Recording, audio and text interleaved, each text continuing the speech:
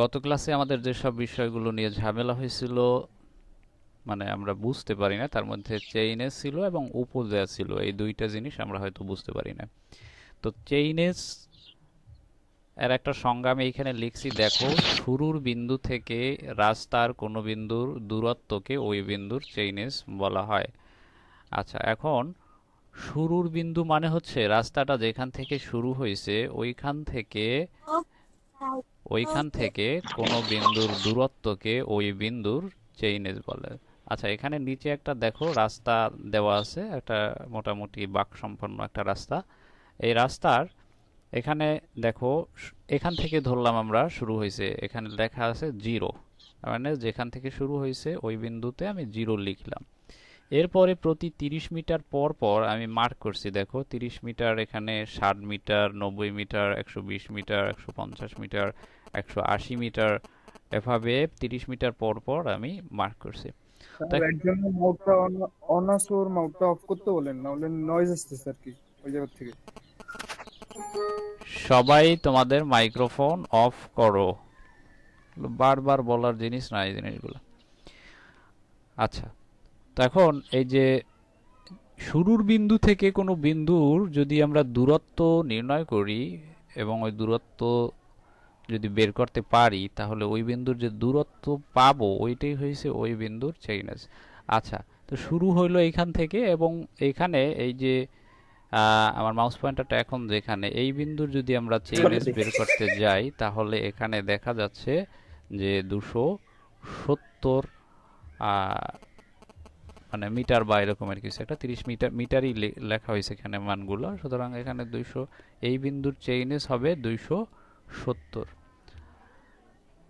আচ্ছা, তো এভাবে আমরা, সোজা কথা, চেইনেজ মানে হচ্ছে দূরত্ব, শুরু যেখান থেকে হয়েছে ওইখান থেকে কোনো বিন্দুর যে দূরত্ব, ওই দূরত্বটা কি আমরা বলবো ওই বিন্দুর চেইনেজ। এখানে এই যে বিন্দুটা, এই বিন্দুটার চেইনেজ এখানে কত আসবে? 450 মিটার। কারণ হয়েছে এই দিক থেকে যে দূরত্ব মেপে মেপে আসছি আমরা, এখানে দূরত্বটা পাওয়া গেছে 450 মিটার জিরো থেকে। সুতরাং এইগুলোই হয়েছে সেইনেস, এখানে না বোঝার কিছুই নাই, এগুলো সিম্পল ম্যাটার। আচ্ছা, এরপরে আমরা উপজা কি, সেই উপজা জিনিসটা একটু বুঝি। আমরা এই যে 30 মিটার পর পর খুঁটিগুলো বসাইছি বা মার্ক করছি, তো ওই যে খুঁটিগুলো, ওগুলো রাস্তা যেখানে যেখানে আছে সব জায়গায় খুঁটিগুলো বসানো হবে। 0, 30, 60, এখানে 30 মিটার পর পর আমরা খুঁটিগুলো একটা নির্দিষ্ট দূরত্ব পর পর আমরা খুঁটিগুলো বসাইছি। তো আমাদের এখানে বাঁকটা শুরু হয়েছে মূলত এইখানে এবং বাঁকটা শেষ হয়েছে এইখানে। তো দেখা যাচ্ছে 30 মিটার পর পর যে আমরা খুঁটিগুলো বসাইছি, বাঁকের শুরুতে কোনো খুঁটি আমরা বসাইতে পারি না। আমি যদি একটু জুম করে দেখাই, আচ্ছা, এখানে দেখো শুরু হয়েছে এখানে জিরো দিয়ে, এরপরে 30 মিটার পর পর আমি খুঁটিগুলো বসাইছি। বাঁক যেখান থেকে শুরু হয়েছে, এই যে এই বিন্দুতে মূলত বাঁকটা শুরু হয়েছে, কিন্তু এখানে কোনো খুঁটি পড়ে নাই, খুঁটি পড়ছে 150-এ এবং 180-তে। এর মাঝখানে কোনো খুঁটি আমি দিতে পারি না, কেননা 30 মিটার পর পর আমি খুঁটিগুলো বসাইছি, তাতে 150-এ একটা পড়ছে, 180-তে একটা পড়ছে, কিন্তু বাঁকটা শুরু হয়েছে এই দুইটার মাঝ বরাবর দিয়ে, বাঁকের শুরুতে কোনো খুঁটি পড়ে নাই। তো ওই বাঁকের শুরুতে আমি একটা খুঁটি ধরবো, যে এখানে আমি একটা খুঁটি পুঁতছি, এবং বাঁকের মধ্যে এই 180 থেকে 210, আবার 210 থেকে 240, এখানে 30 মিটার, এখানেও দূরত্ব 30 মিটার, এভাবে 240 থেকে আবার 270, এখানেও 30, 270 থেকে 300, এখানে 30, এরপরে এখানে আবার 30, 330 থেকে 360, এখানেও দূরত্ব হচ্ছে 300, শুধু 30। তো এখন ভিতরের সবগুলোতেই 30 আছে, কিন্তু প্রথম বাঁক যেখান থেকে শুরু হয়েছে এবং ওই যে 180, এর মাঝখানের দূরত্ব এখানে 30 পাবো না। ঠিক আছে, 30 হয়েছে 150 স্যার থেকে ওখানে 180, পুরোটা ছিল 30, কিন্তু বাঁক শুরু হয়েছে মাঝামাঝি একটা জায়গা থেকে। তো এই যে স্যার আহ, এখানে এখান থেকে শুরু কইরা বাঁকের ভিতরের যে প্রথম যে খুঁটিটা, এই খুঁটি পর্যন্ত যে দূরত্ব, ওই দূরত্বটাকেই আমরা বলবো উপজা। অর্থাৎ এর সংজ্ঞা যদি আমরা দিতে যাই যে ধারাবাহিকভাবে যে খুঁটিগুলো পুঁতছি ওই খুঁটিগুলোর মধ্যে বাঁকের মধ্যে যে প্রথম খুঁটি এবং প্রথম স্পর্শক বিন্দু এর মাঝের যে দূরত্ব ওইটা কি আমরা বলবো প্রথম উপজা। আর দ্বিতীয় উপজা যদি ধরি তাহলে বাঁকের ভিতরে এখানে 360-এ এখানে শেষ হয়েছে আর বাঁকটা শেষ হয়েছে এখানে। যদি বাঁকটা 390-তে যায় শেষ হইতো তাহলে কোনো ঝামেলা ছিল না, কিন্তু বাঁকটা শেষ হয়েছে 390 এর আগে এই বিন্দুতে শেষ হয়েছে। সুতরাং এখানে যেহেতু শেষ হয়েছে এর মাঝখানে এই যে এতটুকু এখানে 30 মিটার নাই, যেহেতু 30 মিটার নাই তার মানে আমি সম্পূর্ণ একটা জ্যা নিতে পারবো না, এক শিকল পুরোপুরি মাপতে পারবো না, যার জন্য কি করা হয়েছে এই 360 থেকে এই যে বাঁক যেখানে শেষ হয়েছে এর মধ্যবর্তী যে দূরত্ব ওইটাকে আমরা শেষ উপজা বলবো এবং ওই শেষ উপজা ওইভাবে হিসাব করব। তো প্রথম উপজা কি ছিল আবারও স্যার বলি। এটারে সাজায়া বলো কিভাবে বলা যায়? হ্যাঁ এটারে যদি সাজায়া বলি প্রজের সংজ্ঞাটা হ্যাঁ, তাহলে বই নিয়ম বাদে কিভাবে বলা যায়? বইয়ের নিয়ম বাদে এভাবে বলতে পারো যে বাঁকে বা রাস্তায় বা সড়ক পথে যে ধারাবাহিকভাবে যে খুঁটিগুলো পোতা হয়েছে এগুলোর মানে সাজাইয়া সুন্দরভাবে এভাবে লিখতে পারবা যে রেল বা সড়ক পথে ধারাবাহিকভাবে পোতা খুঁটিগুলোর মধ্যে বাঁকে স্থাপিত প্রথম খুঁটি এবং প্রথম স্পর্শক বিন্দু এর মাঝের দূরত্বকে বলা হবে প্রথম উপজা। বুঝছো কি না? রেল বা সড়ক পথে ধারাবাহিকভাবে পোতা খুঁটিগুলোর মধ্যে, এগুলো সবগুলোই তো ধারাবাহিকভাবে আমি একটা নির্দিষ্ট দূরত্ব পরপর পুঁতছি, এর মধ্যে বাঁকে স্থাপিত প্রথম খুঁটি। আচ্ছা এইটা, এই যে খুঁটিটা এটা কি বাঁকের মধ্যে আছে? এই যে 60 না চাইনে যে স্যার, এটা বাঁকের মধ্যে নাই। তা বাঁকের মধ্যে 150 এটা কি বাঁকের মধ্যে আছে? এটাও বাঁকের মধ্যে না নাই। স্যার ওটাও নাই, ওটার মাঝখান বাঁকের দিয়ে। মধ্যে কোনগুলো? 180, 210, 240, 270, 300, 330 এগুলো হয়েছে বাঁকের মধ্যে, তাই না? 360। তো এই বাঁকের মধ্যে প্রথম যে খুঁটিটা এটা হয়েছে এটা 180। বাঁকের মধ্যে প্রথম খুঁটি এবং প্রথম স্পর্শক বিন্দু এর মাঝের দূরত্বকে বলা হবে প্রথম উপজা, এবং বাঁকের মধ্যে শেষ খুঁটি এবং দ্বিতীয় স্পর্শক বিন্দু এর মাঝের যে দূরত্ব এটাকে বলবো আমরা শেষ উপজা। এখনো যদি উপজা না বোঝো তাহলে আর বোঝানোর কোনো উপায় নাই। স্যার বুঝছি স্যার, এখন কথা হচ্ছে প্রথম উপজা আর শেষ উপজা এই দুইটাই তো। আর এই দুইটার সংজ্ঞাটাই এক করলে কি উপজার সংজ্ঞা আসবে নাকি অন্য কিছু? হ্যাঁ, এই দুইটার সংজ্ঞা আমরা, এর সংজ্ঞা গত ক্লাসে বইয়ের মতো না কইরেই আমরা আমাদের মতো করে একটা সংজ্ঞা দিছিলাম, তুমি গত ক্লাসের যে ভিডিওটা ওইখানে দেখো স্পষ্ট করে। আর এখানে স্যার হ্যাঁ স্যার আমরা তো মনে করেন যে এক মানে 150 এবং 180-র মাঝখান থেকে খুঁটি স্থাপন করছি বাঁকের ক্ষেত্রে। এখন তো এটা এটা মানে টোটাল 150 থেকে 180 ভিতরে দূরত্ব 30, তো মাঝখানে তো 15 তো পাইছে। এখন ম্যাথ করার ক্ষেত্রে 15 দূরত্ব কি না ধরা না হবে? না, এটা আমরা সামনে একটা ম্যাথ আছে, ওই ম্যাথটা আমরা এগুলো দেখব। আচ্ছা, এখন এই উপজা কেন আমরা ব্যবহার করব এইটা খুবই গুরুত্বপূর্ণ একটা প্রশ্ন পরীক্ষায় আসে, যে উপজা কেন ব্যবহার করব। তো উপজা ব্যবহারের কারণ হয়েছে আমাদের বাঁকটা যদি মানে এই খুঁটি থেকে এই যে 30 মিটার পর পর যে খুঁটিগুলো পুঁতছি এর যে কোনো একটা খুঁটি দিয়ে যদি শুরু হইতো তাহলে তো আমাদের উপজার কোনো প্রয়োজন ছিল না। ধরো বাঁকটা 150 দিয়ে শুরু হয়েছে, তাহলে তো উপজা হইতোই না। আচ্ছা, এগুলো কি? আমি বুঝলাম না, হাসাহাসি তারপরে এগুলো কি? হ্যাঁ, এখানে মানে কি হইতেছে বুঝতে পারতেছি না আমি। এগুলো স্যার স্পিডে করা হচ্ছে। হ্যাঁ স্যার আপনি মার্ক করে রাখেন যে কে এরকম করে, ওই জিনিসটা একটু মার্ক করে রাখেন, তো পরবর্তীতে ওকে বলেন স্যার এরকম হয়তো ক্লাসের ভিতরে এরকম যে যেমন পারতেছে করতেছে। আর একজন তো কন্টিনিউ ভয়েস অন করেই রাখছে। আমি বুঝতে পারতেছি না আসলে যে কি হইতেছেটা কি। এখানে তো হাসাহাসির কিছু হইতেছে না স্যার যে। নাইলে কোনো মানে গ্রুপের ক্যাপ্টেন গুলোর দায়িত্ব দেন স্যার, যে কে মানে মাইক অন করে এরকমের কে করে, তারপর আপনার রিপোর্ট দিতে পরে।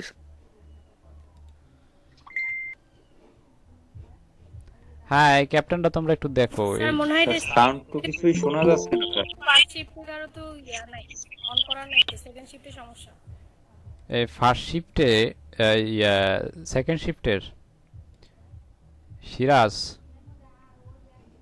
তারপরে জি স্যার, জি স্যার। আর কে আছে? জি মাসুদ, স্যার।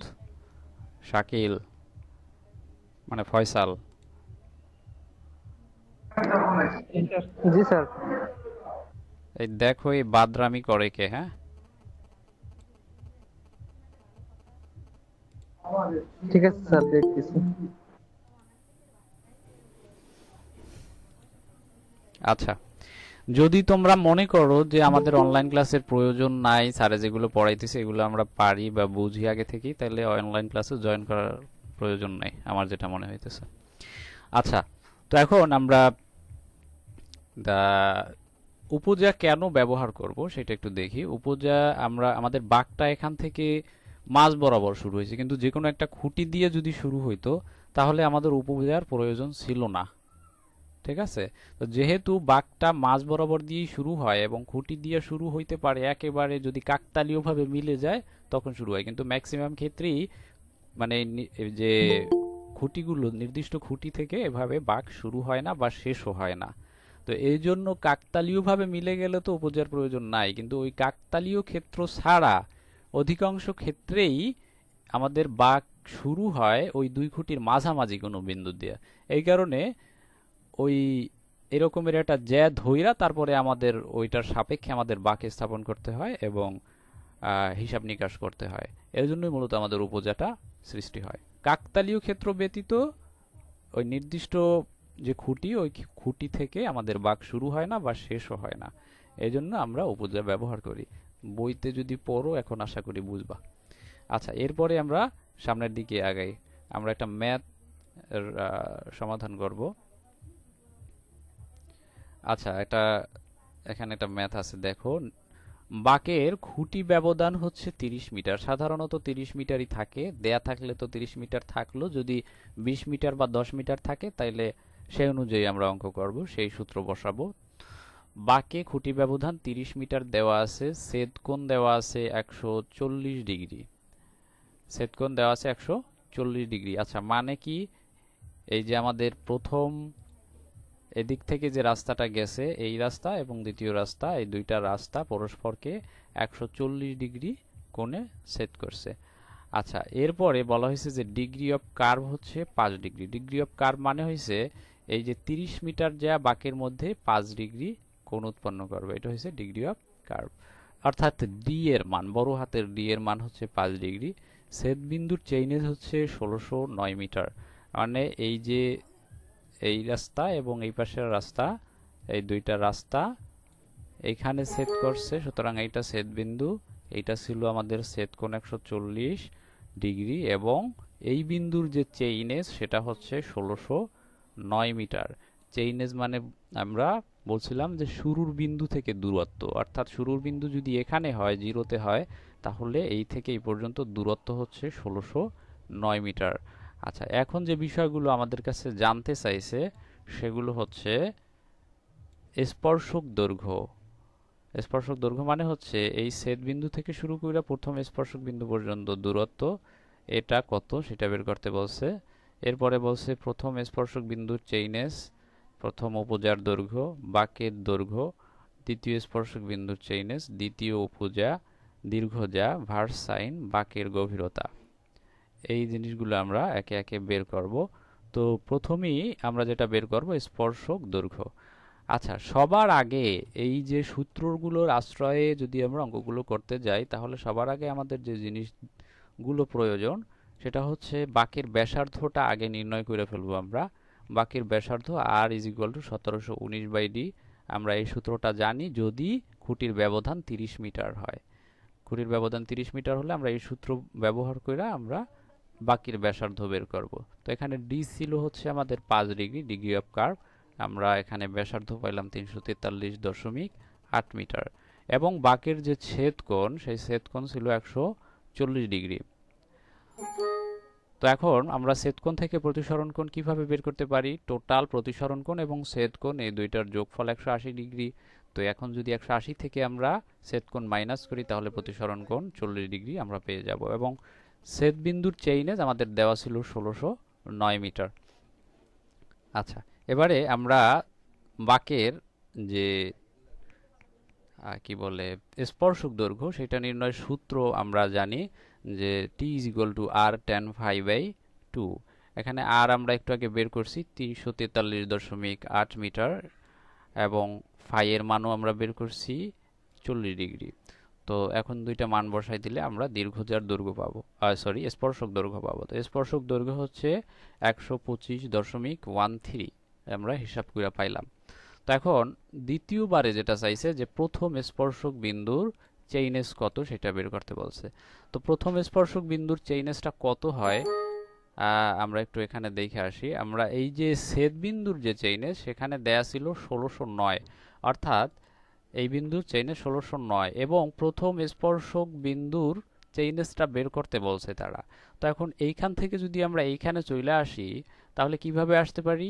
এই 1609 থেকে যদি আমরা এই স্পর্শক দৈর্ঘ্যটা মাইনাস দেই, অর্থাৎ আমরা যদি এভাবে ধরি যে এই 0 থেকে এই পর্যন্ত দূরত্ব হয়েছে 1609 মিটার এবং এই থেকে এই পর্যন্ত দূরত্ব আমরা একটু আগে বের করছি স্পর্শকের দৈর্ঘ্য 125 সামথিং ছিল।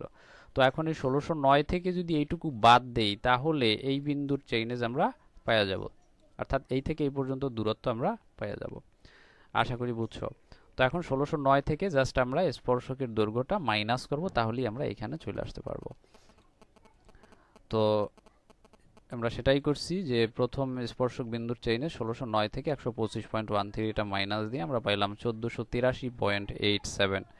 এই পর্যন্ত আমরা আশা করি সবাই বুঝছি নাকি? জি স্যার। জি স্যার। জি স্যার। আচ্ছা, এরপরে আমরা প্রথম উপজা সেটা একটু বের করব। তো আচ্ছা, এখন আমরা একটু চিত্রে চলে যাই, এইখানে চলে যাই।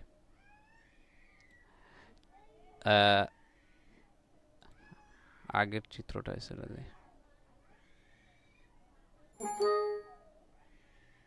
তো দেখো এখানে আমরা খুঁটিগুলো এভাবে বসাইছি, 30 মিটার পর পর খুঁটিগুলো বসানো হয়েছে। তখন এই বিন্দুর চেইনেস 180 ডিগ্রি 180 মিটার। তো এখানে যেহেতু 180 মিটার, এই খুঁটিটা কয় নম্বর খুঁটি সেটা কি আমরা বের করতে পারবো? 30 মিটার পর পর খুঁটিগুলো বসাইছি এবং এখানকার চেইনেস 180 মিটার, তাহলে এইটা কয় নম্বর খুঁটি সেটা বের করা যাবে? মানে 0 থেকে কয় নম্বর? 30 দিয়ে ভাগ দিলেই তো জি স্যার যাবে 7 নাম্বার স্যার জি স্যার। 30 দিয়ে ভাগ দিয়ে 1 যোগ করতে হবে। আচ্ছা, 1 যোগ করে আসলে ওই খুঁটি মানে 0টা বাদ দাও, 0টা বাদ দিয়ে ই করো, হিসাব করো। 0টা বাদ দাও, প্রথম খুঁটিটা বাদ দিয়া, তাহলে কয় নম্বর হবে? 6 নম্বর। কয় নম্বর? 6 নাম্বার স্যার। 6 নম্বর। 6 নাম্বার। জাস্ট কি করছি আমরা 30 দিয়া ভাগ দিছি, তাই না? আচ্ছা, এখন ধরো এই 150 180 এর মাঝামাঝি জায়গাটা আমি বইলা দিলাম, ধরলাম এইখানে এটা হচ্ছে 160, এই বিন্দুর চেইনেস হচ্ছে 160। তো এখন এইটা যদি 160 হয় তাহলে এর আগের খুঁটি নাম্বার কত হবে এবং এর পরের খুঁটির নাম্বার কত হবে সেটা কি আমরা বের করতে পারবো? অর্থাৎ 160 এর আগেরটা কত হবে? 160 কে যদি তুমি 30 দিয়ে ভাগ দাও তাইলে 5 পয়েন্ট সামথিং কিছু আসবে, তাই না? পয়েন্টে আসবে রেজাল্টটা। তুমি কি পূর্ণ সংখ্যায় পাবা? জি স্যার। পূর্ণ সংখ্যায় পাওয়া যাবে না। না স্যার। তো পয়েন্টে আসবে, তার মানে 5 পয়েন্ট সামথিং। তার মানে এর আগের যে খুঁটিটা সেইটা হইছে 5 নম্বর খুঁটি এবং এর পরেরটা 6 নম্বর খুঁটি। আশা করি ব্যাপারটা বুঝছো। ক্লিয়ার হও নাই এমন কেউ আছো? আমরা এই 180, হ্যাঁ এখানে এই যে এটা হচ্ছে 180। তো এই 180 কে যদি আমরা 30 দিয়ে ভাগ দেই তাইলে পাইয়া যায় এটা হচ্ছে কত? 6 নম্বর খুঁটি। আচ্ছা, 150 এর 30 দিয়ে ভাগ দিলেও আমরা 5 পাই, এটা হচ্ছে 5 নম্বর খুঁটি। কিন্তু আমাদের তো এই চেইনেস গুলো জানা নাই, শুধু চেইনেসটা জানা আছে স্পর্শক বিন্দুর চেইনেস, শুধুমাত্র স্পর্শক বিন্দুর চেইনেস। অঙ্কের ভিতরে তো এইভাবে মানগুলো লেখা নাই। আমার শুধু এই পর্যন্ত আমরা আসতে পারছি, প্রথম স্পর্শক বিন্দু পর্যন্ত আসছি আমরা, এইখানকার চেইনেস আমরা পাইছি। তো এখন এইটাকে যদি তুমি 30 দিয়ে ভাগ দাও প্রথম স্পর্শক বিন্দুর যে চেইনেস, তাহলে যে সংখ্যাটা পাবা ওই সংখ্যাটার পরের যে সংখ্যাটা ওইটা হচ্ছে বাকের মধ্যে প্রথম খুঁটির নাম্বার। আর ওই সংখ্যাটার মানে ওই যে পূর্ণ সংখ্যা যেটা থাকবে ওইটা হচ্ছে বাকের মধ্যে আগের যে খুঁটি, আগের খুঁটির নাম্বার। আমরা অঙ্কে চলে যাই। আচ্ছা, প্রথম উপজাটা কিভাবে আমরা বের করছি সেটা একটু দেখো। তো এখানে দেখো মাঝখানে একটু লেখা অতিরিক্ত আসছে।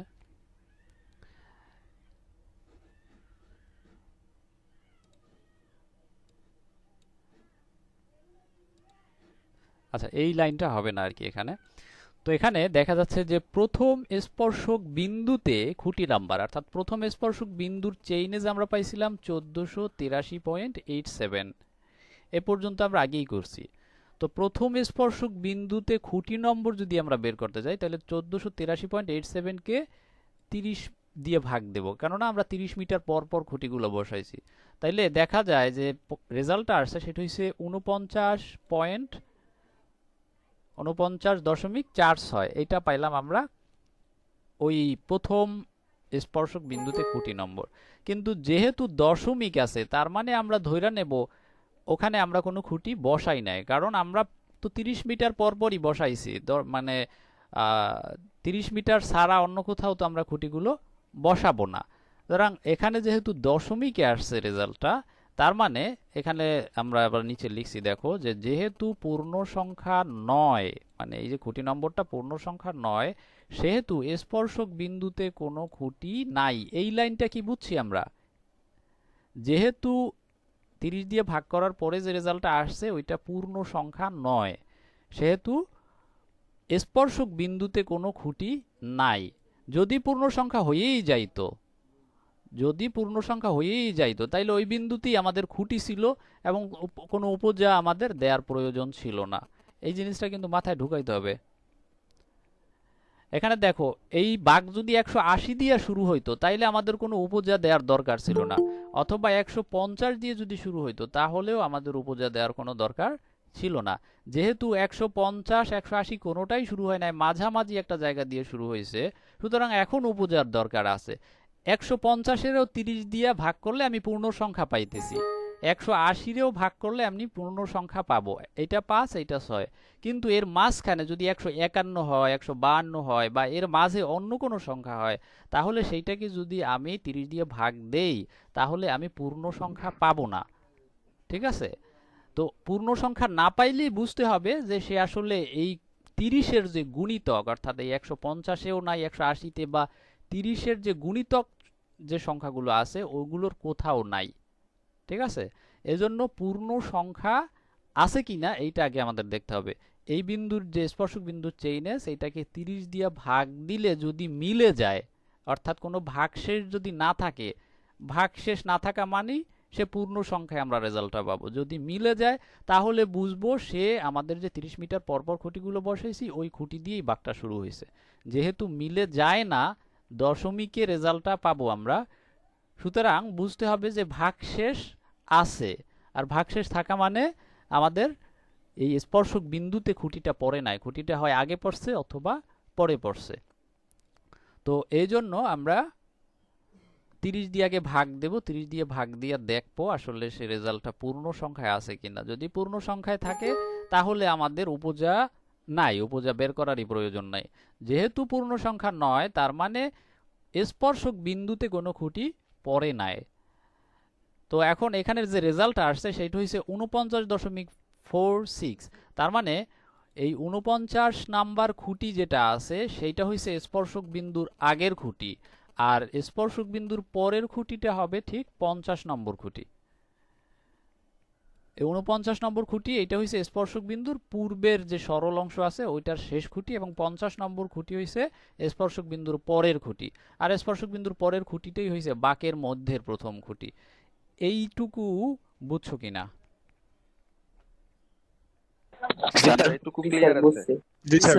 Hello sir. হ্যাঁ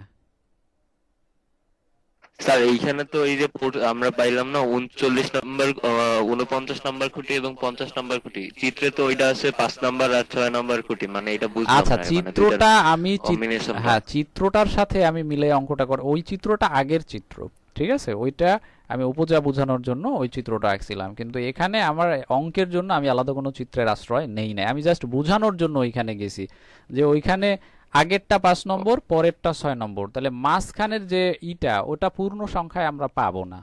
ঠিক আছে, তো বোঝানোর জন্য ও আচ্ছা স্যার, তাইলে এই অঙ্কগুলো করার সময় এই চিত্রের দরকার হইবে, মানে এমনি ড্রাফট করতে পারি কিন্তু অঙ্ক করার সময় মানে চিত্র যে আঁকতে হবে এমন কোনো কথা নাই স্যার?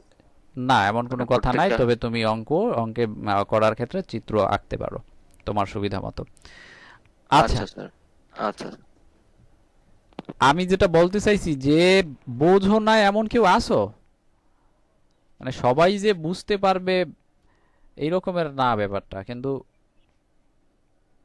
তারপরেও না বুঝলে বলো যে বুঝি না, তাহলে স্যার আরো 2-1 মিনিট আলোচনা স্যার করো। উপরের অংশটুকু থেকে একটু কম বুঝছি, নিচের গুলা বুঝতে পারছি, বাট ওই শুরুর দিকের কিছু অংশ স্যার একটু বুঝি নাই ভালোভাবে। কোন শুরুর দিকের কোন জায়গার? এই স্পর্শক বিন্দুর সেইনেজ ওইগুলা? জি স্যার। ওগুলা বুঝবা না, ওগুলা এর চাইতে আরো সহজ জিনিস, ভিডিও দেখো পরে বুঝবা না। আচ্ছা, তো শেষে এখন দিয়ে আরেকটু বুঝিয়ে দেন, ওই যে 49 নম্বর খুঁটি স্পর্শক বিন্দুর পূর্বের শেষ দুটি এবং 50 নং খুঁটি মধ্য প্রথম খুঁটি, ওই লাইনটুকু যেগুলা রেড লাইন দিয়ে দাগ দিয়ে আচ্ছা, দিয়েছেন। এখন বোঝো আর না বোঝো অঙ্ক স্যার কিভাবে করবা দেখো। সবার আগে তুমি কি করবা, প্রথম স্পর্শক বিন্দুর চেইনেসটা বের করবা। এই পর্যন্ত তো সবাই মোটামুটি বুঝছি, প্রথম স্পর্শক বিন্দুর চেইনেস, ছেদ বিন্দুর চেইনেস থেকে স্পর্শক দৈর্ঘ্য মাইনাস দিয়ে প্রথম স্পর্শক বিন্দুর চেইনেস বের করবা। এরপরে প্রথম স্পর্শক বিন্দুর যে চেইনেস যেটা পাবো আমরা ওইটাকে 30 দিয়ে ভাগ দেব, যেহেতু 30 মিটার পর পর আমরা খুঁটিগুলো বসাইছি, 30 দিয়ে ভাগ দিলেই আমি বুঝতে পারবো যে আসলে যেখানে আমার স্পর্শক বিন্দুটা পড়ছে ওইখানে কোনো খুঁটি পড়ছে কিনা। ওইখানে যদি খুঁটি পড়ে তাইলে আমাদের রেজাল্টটা পূর্ণ সংখ্যায় পাবো, রেজাল্টটা দশমিকে আসবে না। আর যদি দেখো রেজাল্টটা দশমিকে আসছে, তার মানে বুঝতে পারবা যে স্পর্শক বিন্দুতে কোনো খুঁটি পড়ে নাই, খুঁটিটা পড়ছে এর আগে অথবা এর পরে। তো এর পরের যে খুঁটি নাম্বার, যেহেতু স্পর্শক বিন্দুতে খুঁটি পড়ে নাই, তার মানে এর পরের যে খুঁটি নাম্বার এখানে পাইছি আমরা 49.46, এর ঠিক পরের পূর্ণ সংখ্যাটা কত? 50। 49.46 এটা তো পূর্ণ সংখ্যা না, এর পরের পূর্ণ সংখ্যাটা কত? 49 এর পরে অবশ্যই 50। আর এই 49.46 এর আগের পূর্ণ সংখ্যাটা কত? 48 নাকি না 49? 48 কেন 48 48 কেন? 49 49 পরেরটা হইছে 50 আর আগেরটা হইছে 49। 49.46 এর কথা বলছি আমি, 49 বলি না। 49 এর আগেরটা 48, কিন্তু 49.46 তো 49 এর পরের অংশ। আচ্ছা, তার মানে আগের খুঁটিটা 49 তারা নাম্বার বুঝছে খুঁটি স্যার। আর পরের খুঁটিটা হইছে 50 নাম্বার খুঁটি, সেইটাই আমি লিখছি যে 49 খুঁটি নং খুঁটিটা হইছে স্পর্শক বিন্দুর পূর্বের যে খুঁটি। এখন পূর্বের শেষ খুঁটি বলতে বোঝানো হয়েছে তখনও বাঁকটা শুরু হয় নাই, রাস্তাটা এখনো সোজা আছে। তো ওই যে সোজা রাস্তা, ওই সোজা রাস্তার সোজা অংশের শেষ যে খুঁটিটা সেটা হইছে 49 নাম্বার খুঁটি। আর বাঁকা অংশ, বাঁক যেখানে শুরু হয়েছে ওই বাঁকের মধ্যে প্রথম যে খুঁটিটা ওইটা হইছে 50 নম্বর খুঁটি। আচ্ছা, এখনো না বুঝলে আর করার কিছুই নাই। তো এখনো আমরা দুইটা খুঁটি পাইলাম, একটা 49 আর একটা হইছে 50। তো এখন 49.46 এইটা ছিল স্পর্শক বিন্দুতে। স্পর্শক বিন্দুর পরেরটা কত হবে তাইলে? 50 নম্বর। তাহলে 50 নম্বরের সাথে যদি আমরা 30 দিয়ে গুণ দেই তাইলে ওই যে বাঁকের মধ্যে যে প্রথম খুঁটি ওইটার সেইনেজ আমরা পাবো। বাঁকের মধ্যে প্রথম খুঁটি, তো বাঁকের মধ্যে প্রথম খুঁটি 50 নম্বর খুঁটি আর এক একটা খুঁটির ব্যবধান 30 মিটার, তাইলে ওইখানকার চেইনেজ কত পাবো? তাহলে বাঁকের মধ্যে প্রথম খুঁটির চেইনেজ হবে 50 ইন্টু 30, অর্থাৎ যেহেতু 30 মিটার পরপর খুঁটিগুলো বসাইছি এবং বাঁকের মধ্যে প্রথম যে খুঁটিটা ওইটা 50 নাম্বার খুঁটি, তার মানে 50-এর সাথে 30 দিয়ে গুণ দিলে ওইখানকার চেইনেজ আমরা পাইয়া গেলাম 1500 মিটার। আচ্ছা, এবারে আমরা চিত্রে চলে যাই।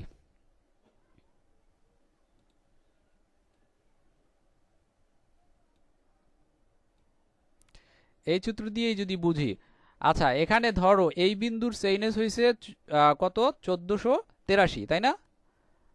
1483 না? প্রথম স্পর্শক বিন্দুর চেইনেজ কত ছিল? জি স্যার 1483। আর বাকের ভিতরে যে প্রথম খুঁটির চেইনেজ এটা হইছে 1500। এইখানে 1483, এইখানে হইছে 1500, তাইলে এর মাঝখানে কতটুকু ব্যবধান, ওইটাই তো প্রথম উপজা, তাই না? বাকের মধ্যে প্রথম খুঁটির চেইনেস 1500 আর প্রথম স্পর্শক বিন্দুর চেইনেস হইছে 1483, তাইলে এর যে বিয়োগফল সেটা হবে প্রথম উপজা। আশা করি এই বিষয়টুকু বুঝছো, আর যদি না বুঝো ভিডিওটা কয়েকবার দেখবা প্রয়োজন যদি মনে করো, আর যদি মনে করো প্রয়োজন নাই তাহলে দেখার দরকার নাই। এরপরে বাকের দৈর্ঘ্য, বাকের দৈর্ঘ্য স্বাভাবিকভাবে আমরা পাই আর 5/180 এই সূত্রে ফাই এবং আর এর মান বসাই করে দেব। দ্বিতীয় স্পর্শক বিন্দুর চেইনেস, তো প্রথম স্পর্শক বিন্দুর চেইনেস ছিল আমাদের 1483.87, এর সাথে বাকের দৈর্ঘ্য পাইছি আমরা 240, ওইটা যোগ করলে আমরা দ্বিতীয় স্পর্শক বিন্দুর চেইনেস পাবো। এরপরে আসি দ্বিতীয় উপজা, এখানেও প্রথম উপজাটা যদি বুঝে থাকো তাহলে দ্বিতীয় উপজাটা সহজেই বুঝবা। দ্বিতীয় স্পর্শক বিন্দুর চেইনেজ আমরা হিসাব করে পাইলাম 1723.88, 1723.88, এইটা হইছে দ্বিতীয় স্পর্শক বিন্দুর চেইনেজ। আচ্ছা, এটাকেও জাস্ট আমরা কি করব, 30 দিয়ে ভাগ দিব দ্বিতীয় স্পর্শক বিন্দুর খুঁটি নাম্বার বের করার জন্য। তো দ্বিতীয় স্পর্শক বিন্দুর খুঁটির নম্বর 1723.88, এটাকে 30 দিয়া ভাগ দিব, তো এখানে পাইলাম 57.46। তো এই যে 57.46 এটা পাইলাম, এটা হচ্ছে গিয়া স্পর্শক বিন্দুতে। এখন এটা যেহেতু পূর্ণ সংখ্যা নয় আগের মতো, তার মানে যদি পূর্ণ সংখ্যা হইতো তাইলে আমাদের বাঘটা খুঁটিতেই শেষ হয়ে যাইতো, আমাদের উপজার দরকার ছিল না। কিন্তু যেহেতু পূর্ণ সংখ্যা নয়, সুতরাং দ্বিতীয় স্পর্শক বিন্দুতে কোনো খুঁটি নাই, অর্থাৎ ওই বিন্দুতেই স্পেসিফিকভাবে কোনো খুঁটি নাই, খুঁটিটা আগে এবং পরে খুঁটি পড়ছে। তো বাকের মধ্যে যে শেষ খুঁটি, তাহলে ওইটা হবে 57 নম্বর খুঁটি, এবং বাকের পরে অর্থাৎ দ্বিতীয় স্পর্শক বিন্দুর পরের যে খুঁটিটা ওইটা হবে 58 নম্বর খুঁটি।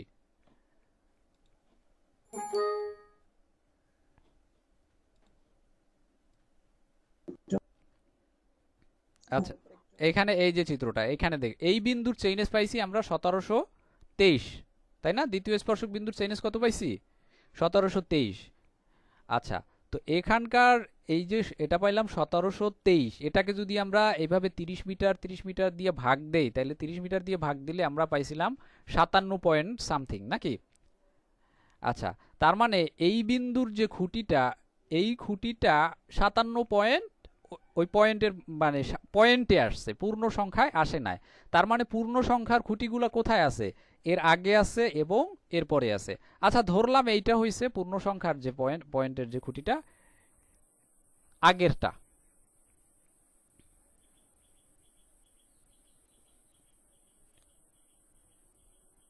আচ্ছা, এখানে 57 পয়েন্ট সামথিং খুঁটির যে নম্বর পয়েন্টে আসছে, পয়েন্ট কত ছিল? 57 পয়েন্ট কত ছিল খেয়াল করছো কেউ? 4-6 স্যার, 57.46। এটা হচ্ছে এই বিন্দুর, এই যে স্পর্শক বিন্দুর এইখানকার খুঁটি নম্বর। তার মানে এটা পূর্ণ সংখ্যায় যেহেতু নাই, তার মানে এখানে কোনো খুঁটিই নাই। খুঁটি আছে 30 মিটার পর পর যে খুঁটিগুলো বসাইছে ওগুলো 15টা পড়ছে এই বিন্দুতে? পড়ে নাই। আচ্ছা, এর আগে পড়ছে, এর আগে কয় নম্বরটা পড়বে? এর আগের পূর্ণ সংখ্যা কত? না স্যার, যেহেতু দশমিক আসছে যেহেতু নাই। 57। তার মানে এর আগে এইখানে যে খুঁটিটা, এইটা হইছে কয় নম্বর? বা এইখানে ধরলাম আমরা এই বিন্দুতে খুঁটিটা পড়ছে, তার মানে এইখানে কত? 57 নম্বর। আচ্ছা, এর পরের পূর্ণ সংখ্যাটা কত? 57 নম্বর। এর পরের পূর্ণ সংখ্যাটা হচ্ছে 58 নম্বর স্যার। তার মানে এইখানে হচ্ছে 58, তার মানে এইখানে 57, এইখানে 58। আচ্ছা, এইখানকার চেইনেজ আমরা জানি, এটা থেকেই আমরা পাইছি যে এখানে খুঁটি পড়ে নাই, খুঁটি পড়ছে এইখানে 57 নম্বর খুঁটি, এইখানে 58 নম্বর খুঁটি। আচ্ছা, তাহলে 57 নম্বর যে খুঁটি, এইখানকার চেইনেজ কত বের করা যাবে? 57 দিয়ে জাস্ট 30 গুণ দিলেই তো এই বিন্দুর চেইনেজ পেয়ে যাব আমরা। 30 মিটার পর পর খুঁটিগুলো বসানো আছে, তাহলে এইখানকার চেইনেজ পাইলাম এবং এই বিন্দুর চেইনেজও পাইলাম, তা দুইটার পার্থক্য করলে দ্বিতীয় উপজা বের হয়ে যাবে। ঠিক আছে, জাস্ট এইটাই করা হয়েছে।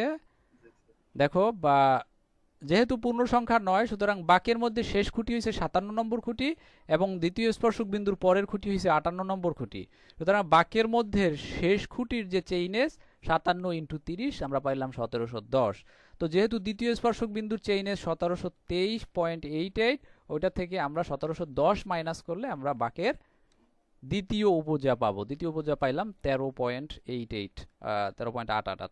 আচ্ছা, এরপরে বাকের যে দীর্ঘজা সেটা আমরা একটু আর সাইন 5/2 এখানে আমরা আর এবং ফাই এর মান বসাইলে পাওয়া যাব। বাকির গভীরতা সূত্রে মান বসাই, এগুলো সবগুলোই এখানে যে এই চ্যাপ্টারের অঙ্কগুলো এগুলো যেমন সূত্র তেমন জানা লাগবে, তেমন তোমার বোঝাও লাগবে। শুধু সূত্র জানলেই তুমি অঙ্ক করতে পারবে না, বোঝাও লাগবে। আচ্ছা, বিশেষ করে এই যে মাঝখানের উপজাগুলোর ব্যাপারগুলো। এখন এই অঙ্কটা কি বুঝছো তোমরা? জি স্যার মোটামুটি জি স্যার, বুঝছি স্যার। মোটামুটি পারি। জি স্যার। হ্যাঁ, এখন বাসায় যে ইগুলো স্যার আছে, উনি কি বুঝছে স্যার যারা বুঝে বাসায় যে তোমাদের বইতে যে উদাহরণগুলো আছে ওই উদাহরণগুলো তোমরা করবা বাসায়। হ্যাঁ, গত ক্লাসের পরেই করতে ঠিক আছে। বলছিলাম, অনেকে করছো, যারা করো নাই সবাই করবা, ঠিক আছে? আর এই ম্যাথ ট্যাথ এগুলো না করলে কিন্তু এই যে ওই তোমাদের একটা কথা বলা হয় না যে এর আগে কিন্তু এই সার্ভেইং থ্রিতে যথেষ্ট পরিমাণে রেফার ছিল। সুতরাং যারা মনে করতেছো যে না সহজ, পারবো অনেক, একা একাই পারবো অনেক, করলেই পারবো অনেক, হ্যাঁ, তাইলে যারা বোকার স্বর্গে বাস করতেছো। এতটা সহজ না। হাইড্রোলিক্স এবং সার্ভেইং 3 এই দুইটা সাবজেক্টে সবচাইতে বেশি রেফার্ড আসছে। গত আমি এই 2-3 বছরের যে রেজাল্টগুলো দেখছি এর মধ্যে আমি এই জিনিসটা দেখছি, হাইড্রোলিক্স এবং সার্ভেইং 3। সুতরাং ভালোভাবে বুঝবা। যেমনি পড়ায় রেফার তাই, হ্যাঁ, হাইড্রোলিক যেভাবে পড়ায় ওভাবে তো রেফার আসারই।